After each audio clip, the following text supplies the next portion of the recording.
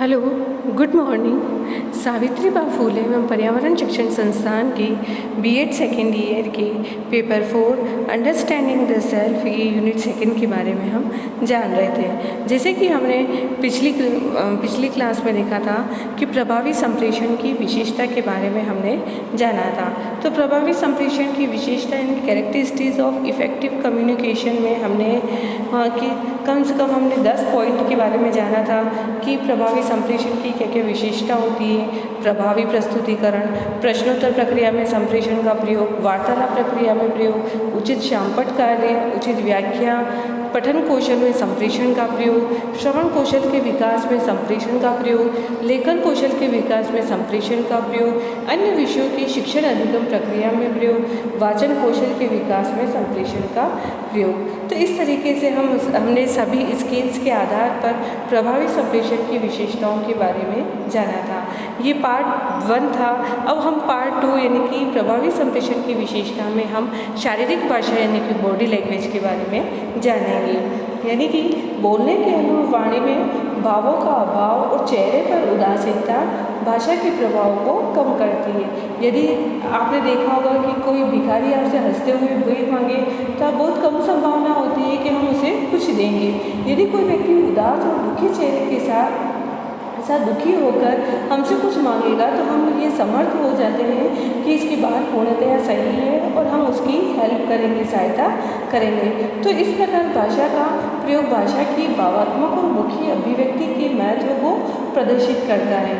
यदि परिस्थिति के अनुरूप चेहरे पर भाव हो तो भाषा की प्रभावशीलता बढ़ जाती है। अगर रेडियो पर प्रसारित होने वाले अनेक कार्यक्रमों में से कुछ कार्यक्रम अत्यधिक पसंद किए जाते हैं तो इसका कारण ये होता है कि उन कार्यक्रमों को प्रस्तुतकर्ताओं द्वारा भावों के अनुरूप प्रस्तुत किया जाता है। इसी प्रकार अगर हम दूरदर्शन पर कुछ समाचार वाचकों को अत्यधिक लोकप्रियता प्राप्त होती है क्योंकि वे समाचारों के प्रस्तुतिकरण में अपने चेहरे पर विभिन्न भावों का प्रदर्शन करते हैं।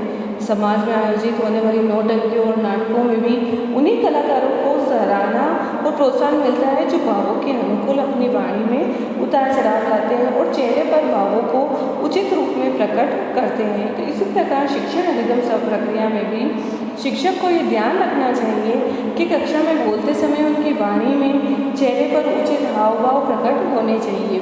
इसके लिए शिक्षकों को सभी परिस्थितियों को ध्यान में रखते हुए अपनी अभिव्यक्ति का निर्माण करना चाहिए।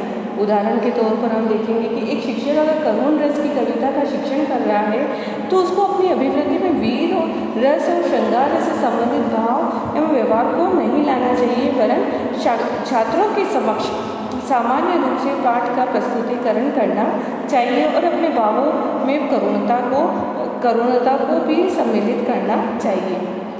व्यक्तिगत संप्रेषण में आँखों एवं मुंह के हाव भावों को बहुत महत्वपूर्ण माना जाता है। तो कक्षा में अध्यापक छात्र की मनोदशा और आँखों की भाषा को पढ़ लेता है। एक अध्यापक के लिए छात्र की मुख मुद्रा अहम भूमिका निभाती है। मुख मुद्रा के माध्यम से वह भय, क्रोध, प्रसन्नता, शोक, आश्चर्य आदि का संप्रेषण सरल हो जाता है। तो गूंगे बहरों के लिए अत्यंत उपयोगी है। आँखों की भाषा से संबंधित मुहावरे भी प्रचलित हैं, जैसे आंखें चुराना, आंखें दिखाना, आंखें गीली करना, आंखों से आग बरसाना, आंखें बिछाना, आंखें नचाना आदि। तो इस प्रकार ये स्पष्ट हो जाता है कि भाषाई प्रदर्शन में भावों और मुख्य अभिव्यक्ति की महत्वपूर्ण भूमिका होती है। तो सामाजिक रूप से उसी व्यक्ति की भाषा को प्रभावशाली माना जाता है जो भावों के अनुकूल अपने विचारों को प्रस्तुत करे। जैसा कि पहले मैंने बताया था कि अगर एक भिखारी कोई हंसते हुए भीख मांगेगा तो क्या हम उसे भीख देंगे क्या? अगर वही भिखारी अगर उसकी शारीरिक मुद्रा अच्छी नहीं होगी, वो पाँव से लंगड़ा होगा, उसे पाँव से चला नहीं जा रहा होगा, उसके पाँव उसने हाथों में बैसाखियाँ ले रखी होगी, उसके चेहरे पर उदासी और दुख प्रकट हो रहा होगा, ऐसे में वो अगर भीख मांगेगा तो सामने वाला व्यक्ति उसे उसकी ज़रूर सहायता करेगा और उसे कुछ न कुछ तो अवश्य ही देगा जिसका उसका भला हो सके। तो इस तरीके से भावों के अनुकूल ही विचारों का प्रस्तुतिकरण भी करना चाहिए और शारीरिक भाषा द्वारा ही विचारों का आदान प्रदान करना चाहिए।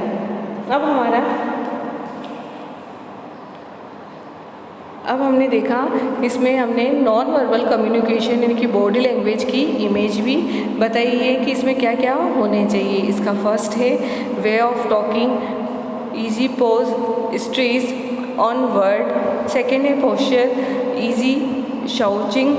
फिर है अपीयरेंस, फिर है head movement, eye movement, facial expression, body connect और क्लोजनेस, इन्वेलिंग समवन स्पेस और साउंड। इस तरीके से way of talking stress in on words, यानी कि जो हमारा अशाब्दिक कम्युनिकेशन होता है, अशाब्दिक संप्रेषण होता है, उसे बॉडी लैंग्वेज में पोस्चर में सभी चीज़ें मायने रखती है। यानी कि उसमें सिर का मूवमेंट भी होता है, हाथ का मूवमेंट भी होता है, आंखों के एक्सप्रेशन भी होते हैं, अपने फेस का भी होता है, बॉडी किससे कनेक्ट कर रही है। और हमारा इस तरीके से हमारे बोलने के उच्चारण से भी पता चलता है कि भिखारी भीख मांग रहा है, तो अगर वो हंसता हुआ मांग रहा है तो उसे भीख नहीं मिलेगी, सामने वाले को पता चल जाएगा कि उसने वो हंसता हुआ बोल रहा है, यानी कि ये कुछ नाटक कर रहा है, ये कुछ नाटकीय मुखी अभिव्यक्ति बना रहा है, ताकि इसको उसकी आवश्यकता नहीं है,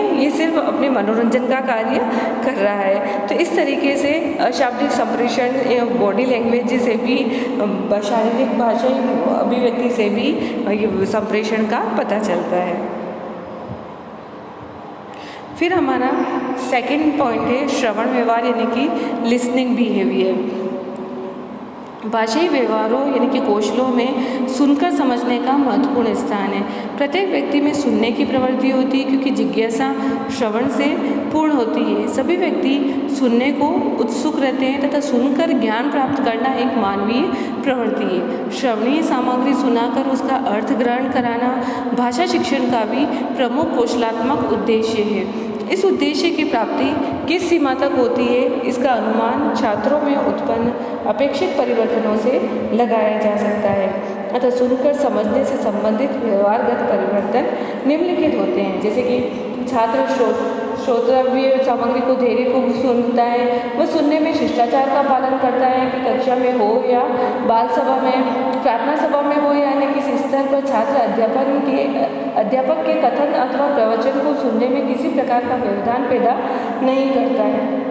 छात्र श्रवण के समय यानी कि सुनने के समय मनोयोगपूर्ण दक्षित होकर बात को सुनता है, यानी कि ध्यानपूर्वक सुनता है। छात्र ऐसी मनस्थिति बनाए रखता है कि श्रवण की हुई बात को समझ सके, अंडरस्टैंडिंग कर सके।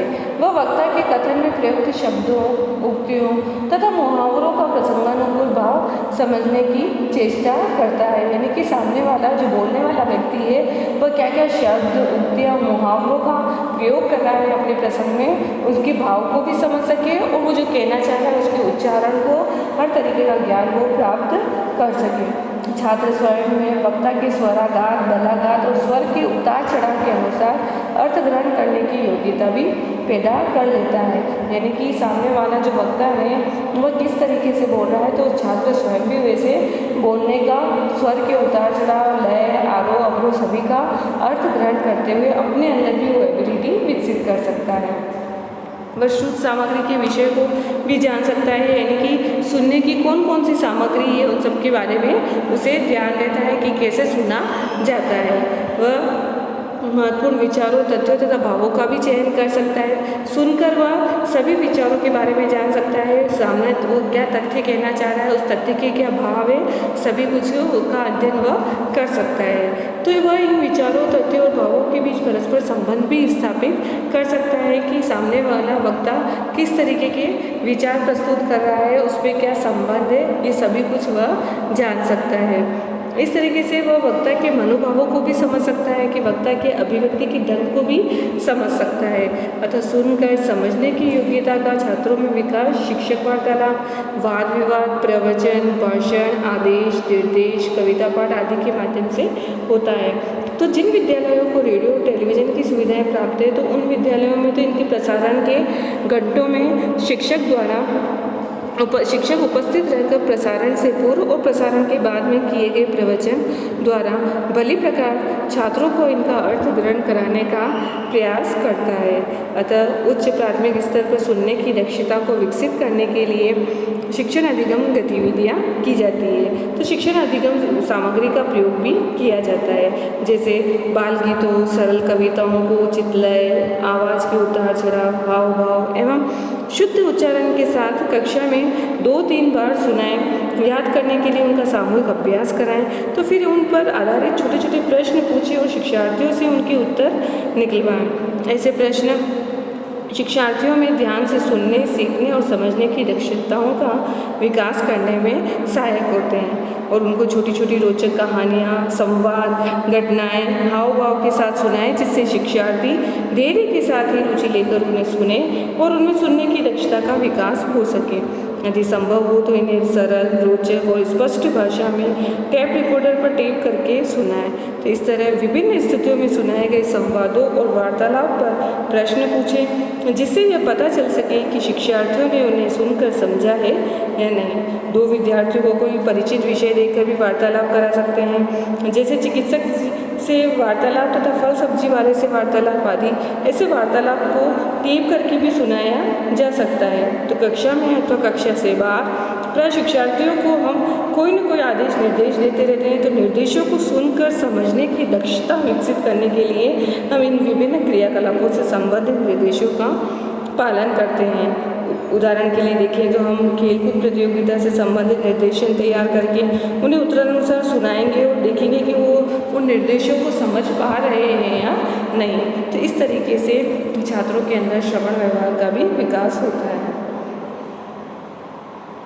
जैसे कि आपने श्रवण व्यवहार से संबंधित रिलेटेड पिक्चर बताई है कि इसमें वक्ता द्वारा बोला जा रहा है और श्रोता द्वारा सुना जा रहा है, जैसे कि authentic listening, hand cartoon, clipboard, इस तरीके से किस तरीके से बोला जाता है और सुना जाता है, ये इस इमेज में बताया गया है।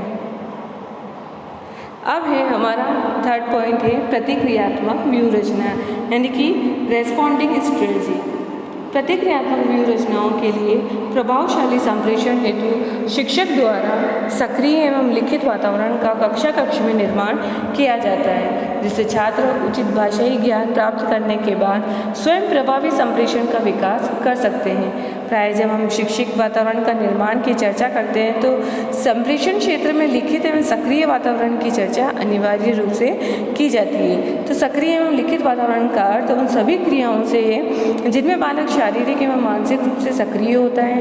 जैसे उदाहरण के लिए देखें तो एक बालक को डिक्टेशन की क्रिया संपन्न कराई जाती है, यानी कि श्रुति लेख करवाया जाता है। तो उसमें बालक शिक्षक द्वारा बोले गए शब्द को सुनता है, उसके बाद समझते हुए उसे लिखने का प्रयास करता है। इसमें वह शारीरिक और मानसिक रूप से क्रियाशील रहता है। तो इस प्रकार के वातावरण में छात्रों का अधिगम स्तर उच्च होता है तथा छात्रों की विद्यालय व्यवस्था में पूर्ण रुचि होती है। तो इस प्रकार सक्रिय एवं लिखित वातावरण का निर्माण भाषाई विकास में महत्वपूर्ण भूमिका निभाता है। सक्रिय एवं लिखित वातावरण को स्पष्ट करते हुए प्रोफेसर S.K. दुबे ने बताया है कि सक्रिय एवं लिखित वातावरण का आशय गतिविधि आधारित एवं बाल केंद्रित शिक्षण सिद्धांतों की ओर संकेत करता है, जिसमें बालक सीखने संबंधी विभिन्न प्रयोग को संपन्न करता है तथा शिक्षक द्वारा उसका मार्गदर्शन किया जाता है। इस प्रकार ये स्पष्ट हो जाता है कि सक्रिय एवं लिखित वातावरण का निर्माण बालकों को पूर्णतः क्रियाशील रखने का महत्वपूर्ण प्रयास है, जिसमें कि छात्र की भूमिका अधिक होती है तथा शिक्षक की भूमिका गौण होती है। इस तरीके से हमने प्रभावशाली शिक्षण प्रभावी संप्रेषण की विशेषता के बारे में जाना, जिसमें शारीरिक भाषा, बॉडी लैंग्वेज और श्रवण व्यवहार, लिसनिंग बिहेवियर और प्रतिक्रियात्मक व्यूहरचना रेस्पॉन्डिंग स्ट्रेटजी के बारे में जाना। Thank you.